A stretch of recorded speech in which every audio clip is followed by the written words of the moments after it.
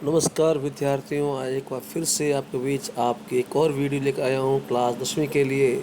Lesson number 3 करते हैं start. Bharat में राष्ट्रवाद। विद्यार्थियों, आज का लेसन इस एक वीडियो में पूरा नहीं होगा, इसलिए अपने इसी पार्ट की एक और वीडियो कल पढ़ेंगे। चलो करते हैं स्टार्ट। पार्ट पहला, भारत में राष्ट्रवाद। प्रथम विश्व युद्ध का प्रभाव। आप जानते हो पहला विश्व युद्ध कब लड़ा गया था? 1914 से 1918 तक। 1914 से 1900 कब तक? 18 तक। तो आप जानते हो युद्ध हुआ था, विश्व युद्ध, और इसमें बहुत खर्चा लगा था, बहुत लोग मारे गए थे। तो इस युद्ध के कारण सभी देशों के रक्षा खर्चों में बढ़ोतरी हुई थी, और इसे पूरा करने के लिए सभी देशों ने अपने अपने कंट्रीज में क्या किया? टैक्स को बढ़ा दिया। कईयों ने कर्जा भी लिया और कस्टम ड्यूटी आदि को भी बढ़ाना पड़ा। वस्तुओं की कीमतें दुगनी हो गई, महंगाई बढ़ चुकी थी, बेरोजगारी बढ़ चुकी थी, और यहाँ तक आप जानते हो युद्ध में लड़ने के लिए क्या चाहिए? सैनिक चाहिए। तो सैनिकों के लिए ग्रामीण इलाकों से युवाओं को सेना में ज़बरदस्ती रूप से लिया जाने लगा। भारत में क्या हुआ? भारत में कई भागों में उपजें खराब हो गई, जिससे क्या हुआ? अनाज की कमी हुई, और इन्फ्लुएंजा नामक बीमारी के आने से बहुत सारी जनसंख्या काल के ग्रास में समा गई। 1921 की जनगणना अनुसार अकाल और महामारी से लगभग 120 लाख से लेकर 130 लाख, मतलब 1.25 करोड़ से लेकर 1.5 करोड़ तक के लोग मारे गए थे। फिर करते हैं बात, और उसमें भारत की आर्थिक हालात क्या थे? तो इंडिया की आर्थिक कंडीशन क्या थी? तो भारत में मैनचेस्टर आयात में गिरावट आई। आप जानते हो पहले अंग्रेज़ों के टाइम में मैनचेस्टर नामक शहर से, मैनचेस्टर शहर वर्तमान में इंग्लैंड के अंदर है, वहाँ से जो वस्तुएं आया करती थी वह वस्तुएं क्या हो गई? आना कम हो गई। इससे क्या हुआ? भारत की जो देसी मिलें थी, भारत की जो मिलें थी, उन्हें अब काम मिलने लग गया। इसके अलावा नंबर 2, जिस तरह से युद्ध लंबा होता जा रहा था, तो भारतीय कारखानों को युद्ध की ज़रूरतों के सामान बनाने के लिए बुलाया गया। परिणाम स्वरूप नई नई फैक्ट्री लगी, बहुत से मजदूरों को काम मिला, और सभी को लंबे समय तक काम मिला। नंबर 3, युद्ध के बाद ब्रिटेन से सूती कपड़े का उत्पादन कम हो गया। नाटकीय ढंग से उनके निर्यात में गिरावट आई, क्योंकि अमेरिका, जर्मनी, जापान के साथ ब्रिटेन को आधुनिकीकरण की ओर बढ़ना था। इसलिए भारत जैसे उपनिवेश के भीतर आधुनिकीकरण करना क्या है? असंभव था। इसलिए भारतीय उद्योगपतियों ने धीरे धीरे क्या है? अपना व्यापार को मजबूत कर लिया, बढ़ा लिया। अब आती बात सत्याग्रह। सत्याग्रह क्या होता है? सत्य प्लस आग्रह, मतलब सत्य के लिए आग्रह करना। सत्याग्रह क्या होता है? सत्य प्लस आग्रह। सत्याग्रह। तो महात्मा गांधी द्वारा सत्याग्रह को एक जन आंदोलन के रूप में अपनाया गया। ये तरीका उस सिद्धांत पर आधारित है, यदि कोई सही मकसद के लिए लड़ रहा हो तो उसे अपने ऊपर अत्याचार करने वालों से लड़ने के लिए ताकत नहीं, सत्याग्रह चाहिए। क्योंकि महात्मा गांधी मानते थे किसी भी लड़ाई को अहिंसा के दम पर जीता जा सकता है। मतलब प्रत्येक लड़ाई को केवल हिंसा या ताकत से नहीं, बल्कि कुछ लड़ाइयों को बिना लड़े ही जीता जा सकता है। तो करते बात आगे। हाँ, तो महात्मा गांधी और सत्याग्रह का विचार। महात्मा गांधी 1915 में दक्षिणी अफ्रीका से इंडिया आए थे, और गांधी जी की जन आंदोलन की ये उपन्यास पद्धति को सत्याग्रह के नाम से जानते हैं। मतलब सत्याग्रह का आरंभ इंडिया में गांधी द्वारा ही शुरू किया गया था। गांधी जी मानते यदि कारण सत्य है तो संघर्ष अन्याय के खिलाफ है। मतलब अगर आपकी लड़ाई अन्याय के खिलाफ है, अगर आप सत्य हो तो आप किसी गलत के खिलाफ लड़ रहे हो, तो आपको इसके लिए शरीर का बल नहीं चाहिए, बल्कि इसका उल्टा, मतलब आप बिना लड़े ही इसको हरा सकते हो। उस पीड़कों से लोगों की सच्चाई दिखाने के राजी होना पड़ा। अब इंडिया में इसका आरंभ देखते हैं भाई। इंडिया में 1916 में सबसे पहले श्रमिकों के लिए महात्मा गांधी ने सत्याग्रह किया था। इसके अलावा खेड़ा गुजरात में है। 1918 में अहमदाबाद में इन्होंने सत्याग्रह किया था। महात्मा गांधी ने लिखी पुस्तक में जिसमें ब्रिटिश भारत में असहयोग पर जोर दिया गया था। अब एक नई आती बात रोलेट एक्ट की। इसके बारे में आप अपनी पिछली क्लासों में या बहुत सारी अलग अलग किताबों में, टीवीज़ में आप इसके बारे में सुन चुके हो, पढ़ चुके हो। वो है रोलेट एक्ट। ये कानून इंपीरियल लेजिस्लेटिव काउंसिल के द्वारा 1919 में पारित किया गया था। भाई ध्यान रखना, इस कमेटी का अध्यक्ष था सिडनी रोलेट।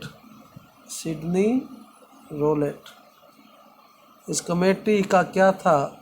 अध्यक्ष था। इस कमेटी ने ये कानून बनाया था। उस कमेटी का कौन था अध्यक्ष? Sidney Rowlatt. उन्होंने 1919 में इस कानून को पारित किया। इस कानून को भारतीय लोगों ने समर्थन नहीं किया, लेकिन क्या है, फिर भी इस कानून को पास कर दिया गया। ये कानून अंग्रेज सरकार को अपने खिलाफ किसी भी प्रकार की राजनीतिक गतिविधियों को कुचलने के लिए शक्तियां प्रदान कर रहा था। इसमें आप किसी भी व्यक्ति को बिना किसी अपराध के सिर्फ शक के आधार पर, अगर आपको उस पर शक है, आप उसको गलत मान रहे हो, तो ब्रिटिश सरकार उस व्यक्ति को बिना केस चलाए 2 साल तक बंदी बना सकती थी। 6 अप्रैल 1919 को रोलेट एक्ट के विरोध में गांधी जी ने राष्ट्रव्यापी आंदोलन की शुरुआत की और इसे भारी मात्रा में क्या मिला? समर्थन मिला। अलग अलग शहरों में लोग इस समर्थन में निकल पड़े। दुकानें बंद कर दी गई। रेल कारखानों के मजदूर हड़ताल पर चले गए। अंग्रेज हुकूमत ने राष्ट्रवादियों पर कठोर कदम उठाने का निर्णय किया। कई स्थानीय नेताओं को बंदी बना लिया गया। महात्मा गांधी को दिल्ली में प्रवेश करने से भी रोका गया। ये हमारे चैनल का लोगो है। आप में बताइए लोगो आपको कैसा लगा, कमेंट ज़रूर कीजिएगा। हाँ, अब है जलियांवाला बाग की घटना। 10 अप्रैल 1919 को अमृतसर कौन से राज्य में आप जानते हो? आप अमृतसर है पंजाब में। कहाँ पर है? पंजाब राज्य में है। यहाँ पर शांतिपूर्ण चल रहे प्रदर्शन पर गोलियां चलाई गई। इस कारण जगह जगह लोगों ने सरकारी संस्थाओं पर हमला किया। तो अंग्रेज सरकार ने पूरे अमृतसर में मार्शल एक्ट या मार्शल कानून लागू कर दिया।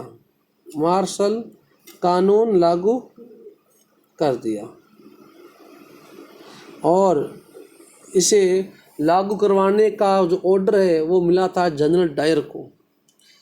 अब इस घटना के 3 दिन बाद 13 अप्रैल 1919 को पंजाब में आप जानते हो लगभग कई इलाकों में वैसाखी का त्यौहार मनाते हैं। तो ग्रामीणों का एक जत्था जलियांवाला बाग मेले में शरीक होने आया था। ये बाग चारों ओर से बंद था, निकलने का रास्ता संकीर्ण था। जनरल डायर ने यहाँ पर एक सभा हो रही थी।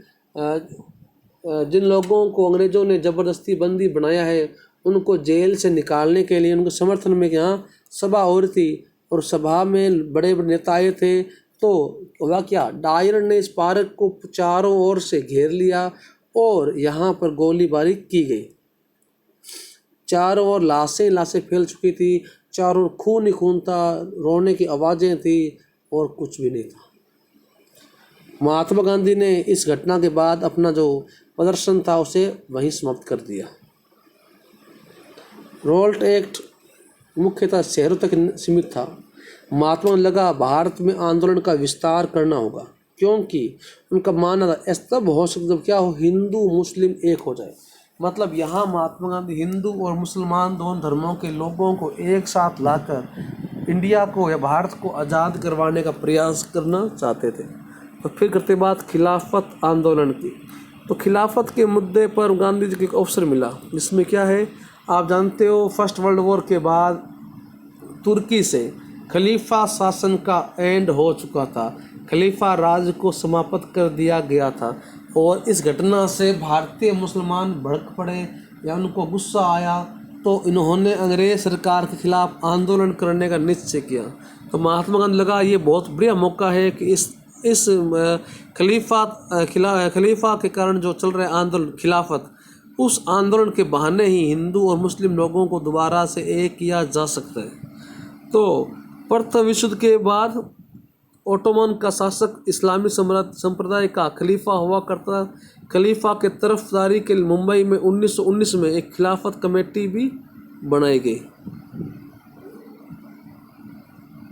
मोहम्मद अली और शौकत अली, यहाँ मोहम्मद अली और शौकत अली दो भाई हैं जो इस कमेटी के मेंबर थे। कमेटी कौन सी?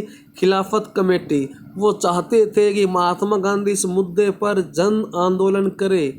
1920 में कांग्रेस के कलकत्ता अधिवेशन में खिलाफत आंदोलन के समर्थन में और स्वराज्य के लिए अवज्ञा आंदोलन की शुरुआत का प्रस्ताव पारित हुआ।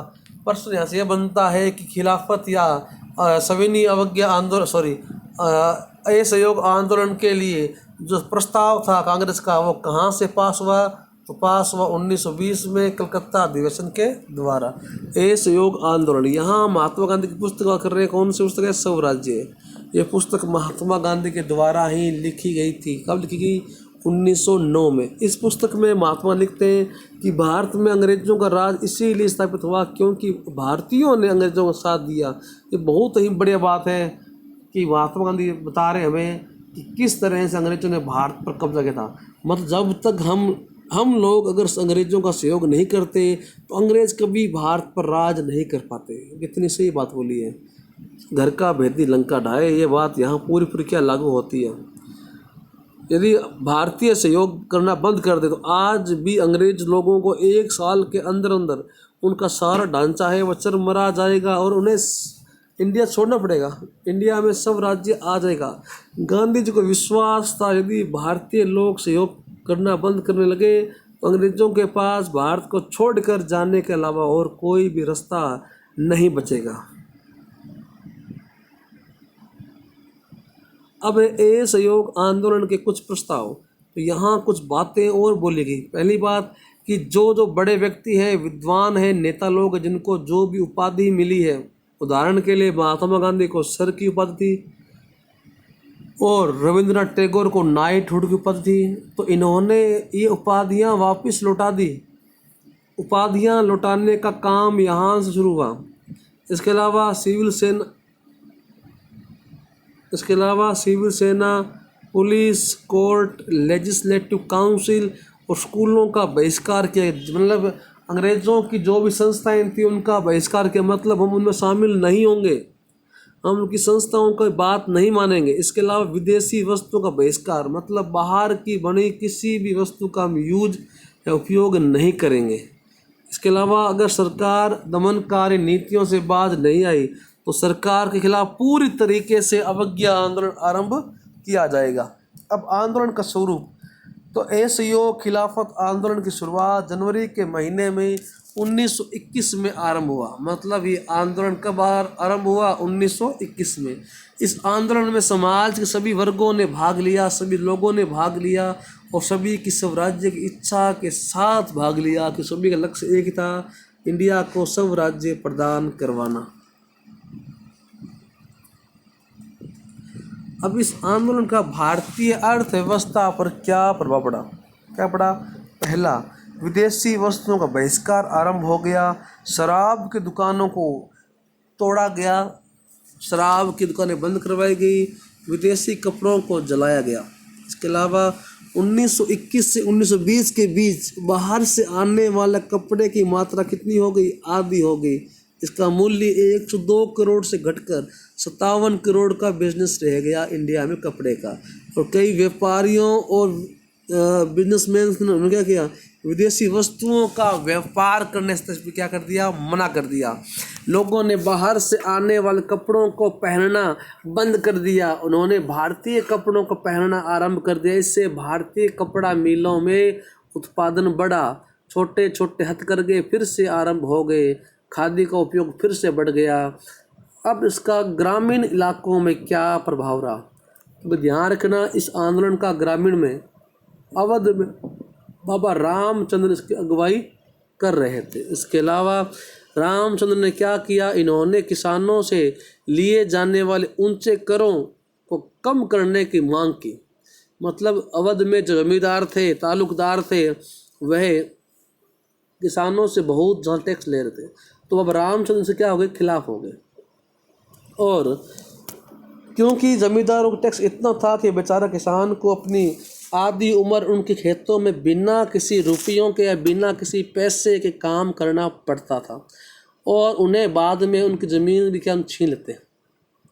तो ये चाहते थे कि किसानों को ऐसे पट्टे दिए जाएं ताकि किसानों की ज़मीन को छीन ना सके। किसानों की मांग थी हमारे टैक्स में कमी हो, भिखारी लोगों का उन्मूलन हो और दमनकारी नीतियां बंद हो। इसके अलावा आंध्र प्रदेश के गुड्डम हिल्स में 1920 के समय एक उग्रवादी गुरीला आंदोलन चला। ये आंदोलन क्यों चलाया गया, ये लोगों को जंगलों में घुसने से रोकना चाहते थे। ये पशुओं को अवैध रूप से चराने, अवैध रूप से जंगलों को काटने के खिलाफ ये आंदोलन चलाया गया था।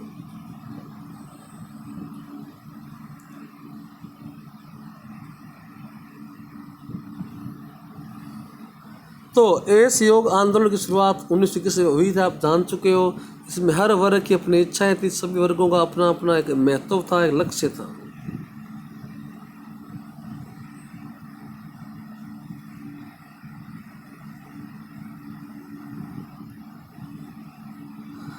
इसके अलावा असम में बागान श्रमिकों ने आज़ादी का अर्थ उस सीमित स्थान से स्वतंत्र रूप से अंदर और बाहर घूमने का अधिकार शामिल था। इसका मतलब उस गांव के साथ एक कड़ी को बनाए रखना जिसमें वो आए थे।